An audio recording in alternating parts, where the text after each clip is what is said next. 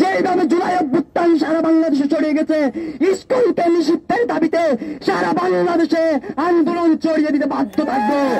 Advocate Saiful Hossain ভাইকে হত্যাকাণ্ডের সাথে জড়িত তাদেরকে গ্রেপ্তার করতে হবে।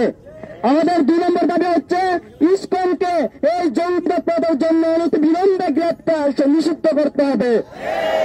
আমাদের 3 নম্বর দাবি হচ্ছে যারা ইসকনকে টাকা দিয়ে ইন্ধন দেয় সেই টাকার উৎস খুঁজে বের করতে হবে।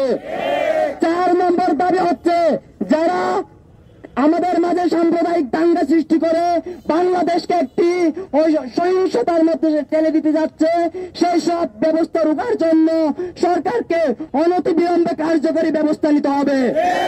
সংগ্রামী বন্ধুগণ, আমরা যদি 24 ঘন্টার মধ্যে গ্রেপ্তারকে যারা এই হত্যাকাণ্ডের সাথে জড়িত তাদেরকে গ্রেপ্তার করে না হয়, তাহলে কঠিন থেকে কঠিনতর আমরা কর্মসূচি দিতে বাধ্য থাকবো। শুধু ঢাকা বিশ্ববিদ্যালয় নয়, যেভাবে জুলাই অভ্যুত্থান সারা বাংলাদেশে ছড়িয়ে গেছে, ইসকনকে নিষিদ্ধের দাবিতে সারা বাংলাদেশে আন্দোলন ছড়িয়ে দিতে বাধ্য থাকবো।